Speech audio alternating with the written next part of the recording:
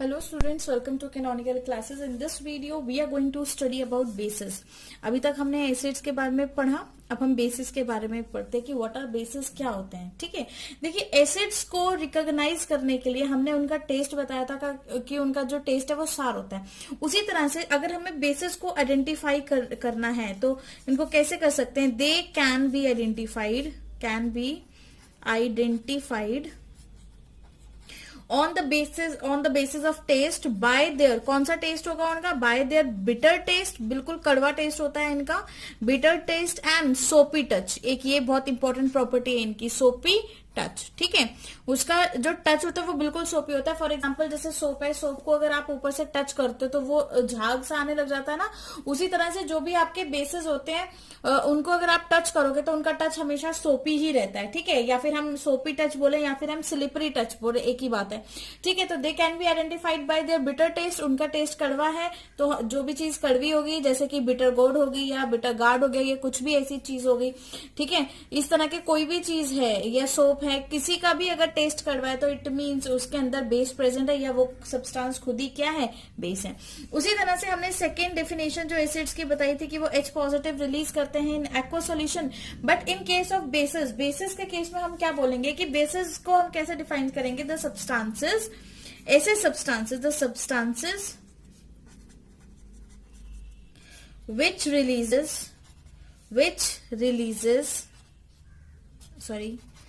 releases क्या release करेंगे? One or more, very important, one or more OH negative ions.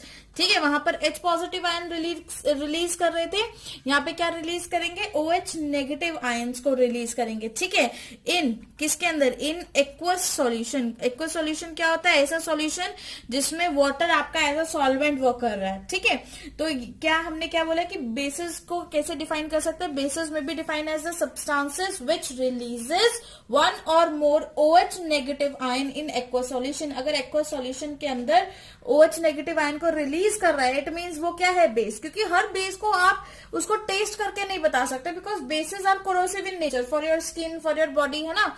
वो बहुत ही ज्यादा कोरोसिव नेचर के होते हैं, तो उसको अगर केमिकली आप देखेंगे तो ऐसे सब्सटेंसेस जो OH नेगेटिव को रिलीज कर रहे हैं एक्वस सॉल्यूशन में, उनको आप क्या बोलते हैं? बेसिस बोल देते हैं.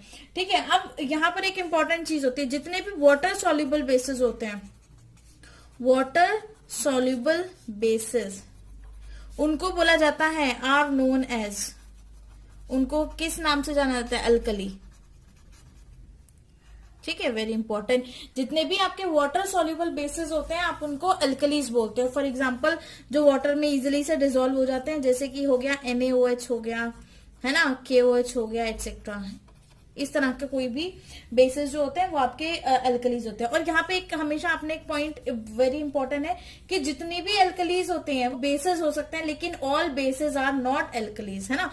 तो इसको हम इन्वर्टेड कॉमर्स में लिखेंगे, ऑल अल्कलीज आर बेसिस. जितनी भी अल्कलीज हैं वो बेसिस हो सकती हैं, but all bases are not alkalis.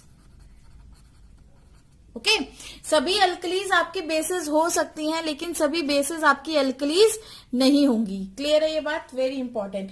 तो यहां पे आपने ये चीज भी याद रखनी है कि सभी अल्कलीज बेसिस कैसे हो सकती है, क्योंकि बेस वही जो वाटर सॉल्युबल बेसिस होते हैं आप उन्हीं को अल्कली बोलते हो. ठीक है, लेकिन जरूरी नहीं है कि सारे के सारे बेसिस वाटर सॉल्युबल ही हो, है ना. ये भी इंपॉर्टेंट, ये भी जरूरी नहीं है, नेसेसरी कंडीशन नहीं है. तो जो बेसिस वाटर सॉल्युबल नहीं है उनको आप अल्कलीज नहीं बोलते, और जो बेसिस वाटर सॉल्युबल है उनको आप क्या बोल देते हो? अल्कलीज बोल देते हो. ठीक है, अब क्लासीफाई ऑन द बेसिस. अब हमने बेसिस को क्लासीफाई किया किसके बेसिस पे? क्योंकि वो OH नेगेटिव आयन रिलीज कर रहे थे, तो इनके बेसिस पे कौन कितने OH आयन रिलीज करेगा, है ना. तो हम इनको क्लासीफाई करेंगे. Classification on the basis of number of OH negative ions की, कौन कितने OH नेगेटिव आयंस को रिलीज कर सकता है, उसके बेसिस पे आप इनको क्लासिफाई करेंगे। ठीक है, तो जैसे कि हमने एसिड्स को क्लासिफाई किया था मोनोबेसिक, है ना। हमने एसिड के लिए जो एक H पॉजिटिव रिलीज कर रहा था उसके लिए हमने बोला था मोनोबेसिक। मोनोबेसिक मतलब मोनो मतलब वन, बेसिक मतलब कितने H पॉजिटिव है ना। वहीं पर जब वहां पे हमने एसिड के लिए बेसिसिटी टर्म यूज करी थी, तो हम बेसिक के लिए हम क्या यूज करेंगे, ऑपोजिट एसिडिटी, है ना। तो हमारे पास यहाँ पे देखना है हमने कि अब हम इसकी क्या फाइंड आउट करेंगे, एसिडिटी फाइंड आउट करेंगे। एसिडिटी अपने नाम से बिल्कुल अपोजिट है। अगर आपने बेस के लिए फाइंड आउट करना है तो एसिडिटी, और एसिड के लिए फाइंड आउट करना है तो बेसिसिटी। ठीक है, तो सबसे फर्स्ट इस एसिडिटी क्या होगी, number of OH negative ions produce. Okay, ये भी आपको पता लगना बहुत इंपॉर्टेंट है। तो इनकी क्लासिफिकेशन करते हैं। First is mono acidic bases. Mono acidic bases, what are mono acidic bases? Mono acidic, mono मतलब वन, एसिडिक मतलब OH नेगेटिव, और बेसिस आपने एक ऐसा बेस बताना है जिसमें मोनो एसिड प्रेजेंट हो, मतलब एक OH नेगेटिव प्रेजेंट हो। तो इसका एग्जाम्पल क्या होगा, पहले इसको लिख लेते हैं कि ये क्या करते हैं, प्रोड्यूसेस ओनली क्या, hydroxyl ion, only one hydroxyl ion, सिर्फ एक ही हाइड्रोक्साइल आयन प्रोड्यूस करेंगे।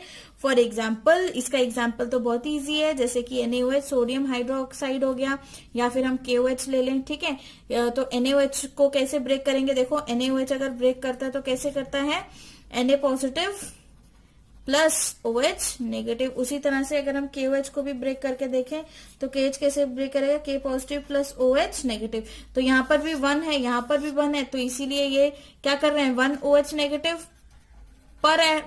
पर हमारे पर मॉलिक्यूल है ना, 1 OH नेगेटिव पर मॉलिक्यूल, हर एक मॉलिक्यूल का एक OH नेगेटिव है।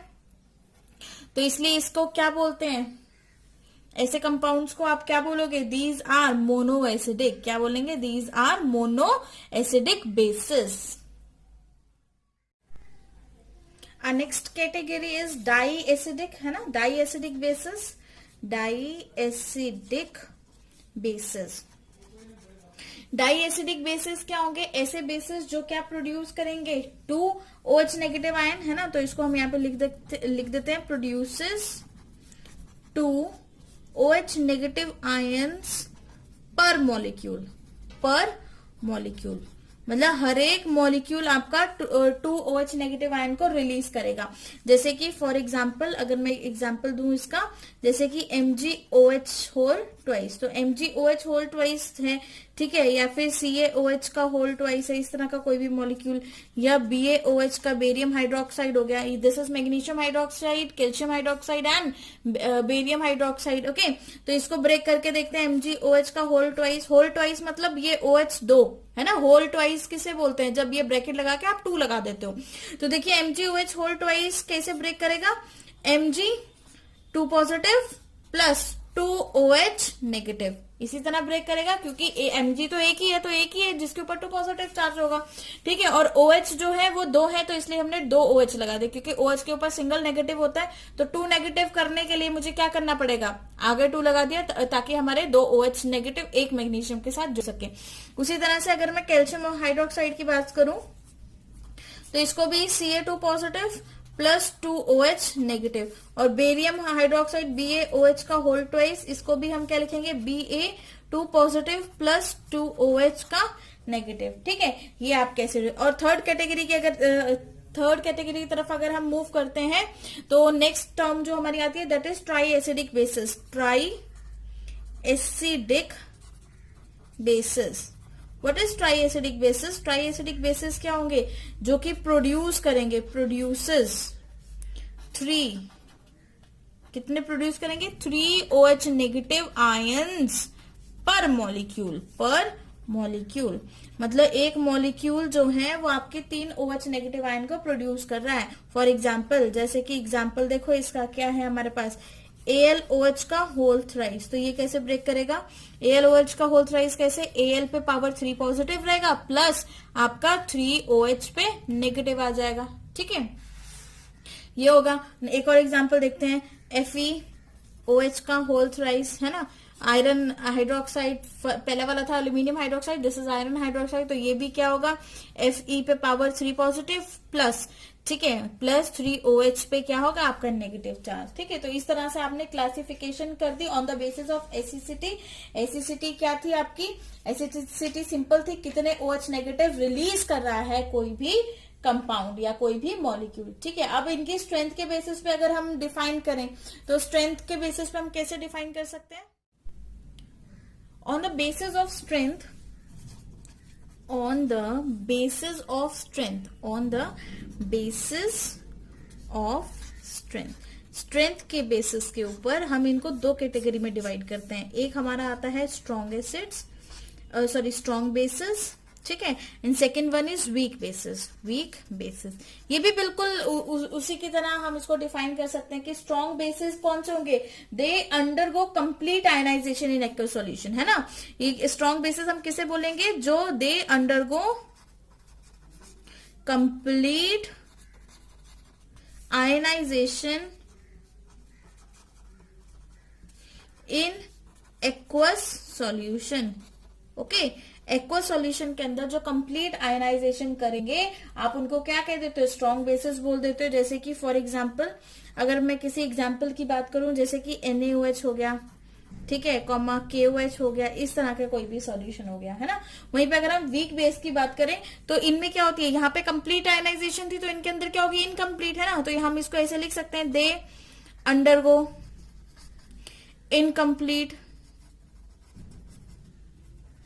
इनकम्प्लीट आयनाइजेशन, या फिर हम बोल दें पार्शियल आयनाइजेशन, है ना, किसके अंदर, इन एक्वस सॉल्यूशन। ये चीज आपको याद रखनी बहुत जरूरी है कि एक्वस सॉल्यूशन के अंदर ही डिसोसिएशन होती है। विदाउट एक्वस सॉल्यूशन कोई डिसोसिएशन या एसोसिएशन पॉसिबल नहीं है, ना ही एसिड में ना ही बेस में। ठीक है, अगर कोई भी एसिड है तो वो अपना एसिडिक कैरेक्टर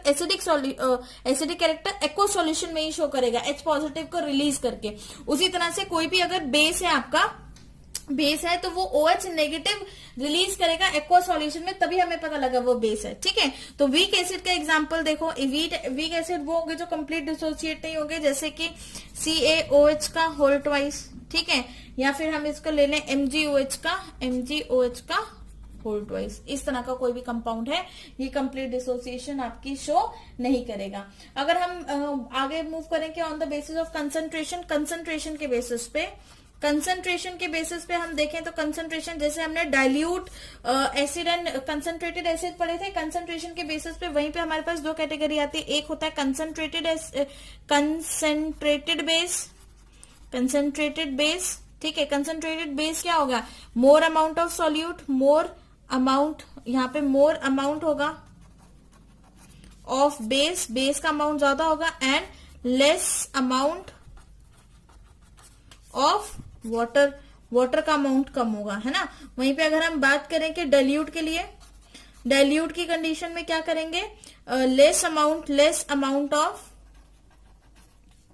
बेस आपका लेस अमाउंट का होगा, एंड लार्ज अमाउंट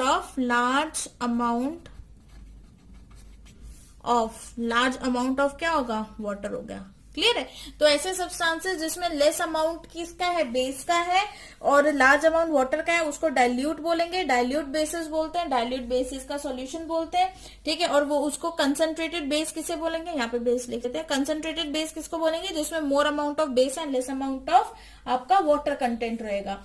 ठीक है, तो ये था आपका बेसिस। सिंपल बेसिस क्या था, फिर से रिवाइज करते हैं, बिटर टेस्ट होगा जिसका, स्लिपरी टच होगा, है ना, और जो आपका जो भी वाटर सोल्यूबल बेसिस होते हैं उनको हम अल्कलीज बोलते हैं। सभी एल्कलीज बेसिस होते हैं, बट सभी बेसिस अल्कलीज नहीं होते। उसके बाद हमने एसिडिटी के बेसिस पे उनको डिफाइन किया था। एसिडिटी क्या होती है कि बेस कितने OH नेगेटिव रिलीज कर रहा है, तो जितने OH नेगेटिव होगा वो उसकी एसिडिटी होगी। जैसे मोनो एसिडिक तो मतलब 1 OH नेगेटिव, डाई एसिडिक तो मतलब 2 OH नेगेटिव, ट्राई एसिडिक मतलब 3 OH नेगेटिव जो रिलीज कर रहा है। और स्ट्रेंथ के बेसिस पे देखें तो स्ट्रॉन्ग एंड वीक, जो आपका स्ट्रॉन्ग होगा कंप्लीट आयनाइजेशन करेगा, जो वीक होगा वो इनकम्प्लीट आयनाइजेशन करेगा। और कंसंट्रेशन के बेसिस पे देखें तो आपका जिसमें कंसंट्रेटेड मतलब जिसमें बेस ज्यादा है पानी कम है, और डाइल्यूट मतलब जिसमें लेस बेस है और पानी ज्यादा है। ठीक है, तो ये था आपका बेसिस। अब आगे करते हैं हम इंडिकेटर्स और इनकी chemical properties. And thank you for listening.